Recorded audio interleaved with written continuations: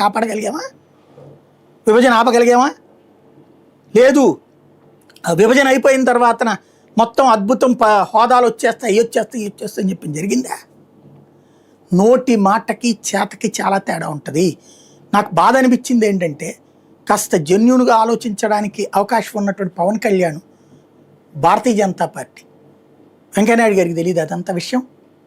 ఆయనకి పక్కా అనుభవం ఉంటుంది. వాళ్ళందరూ కూర్చుని ముందు అసలు ఈ బిల్లు పెట్టే ముందు, ఏం స్వామి మీరు బిల్లు పెట్టి పాడేస్తారు, అక్కడేం కదిలిచ్చద్దా అంటారు. కదిలిచ్చరు, ఎవడు కదిలిస్తాడు అక్కడ. కానీ ఇక్కడ సమస్య ఏంటంటే, మనం నగరం అనౌన్స్ చేయకపోతే ఎట్లాగా అని వీళ్ళు ఎందుకు ప్రెషర్ చేయలేదు? నగరం అనౌన్స్ చేయాలని కదా వీళ్ళందరూ కోరింది. మహారాజధాని ఉండాలని కదా వీళ్ళందరూ కోరుకుంది. విజయవాడ గుంటూరుతో కలిపిన రాజధాని ఉండాలని కదా వీళ్ళు కోరుకుంది. లేదా 29 గ్రామాల రాజధాని అని కోరుకున్నారా? ఒకవేళ 29 గ్రామాల రాజధాని అని కోరుకుంటే రాష్ట్రానికి వీళ్ళందరూ కలిసి ద్రోహం చేసినట్టు. 29 గ్రామాల రాజధాని అంటే మున్సిపాలిటీకి ఎక్కువ, పంచాయతీకి తక్కువ. దానివల్ల ఏంటి ప్రయోజనం రాష్ట్రానికి? ఎప్పటికి బాగుపడుతుంది? ఇక 1 కోటి మంది జనం బ్రతికితేనే రాజధాని కదా. మనం ఉపాధి అవకాశాలు ఇచ్చేదే కదా రాజధాని మనకి. ఇవాళకి హైదరాబాద్కే పోతున్నాం, బెంగళూరుకే పోతున్నాం, చెన్నైకే పోతున్నాం. వాళ్ళందరూ ఇక్కడికి రావాలంటే, ఇక్కడికి వచ్చి ఇండస్ట్రీస్ పెట్టాలంటే, ఇక్కడికి వచ్చి సాఫ్ట్వేర్ కంపెనీలు పెట్టాలంటే ఏడ పెడతారు?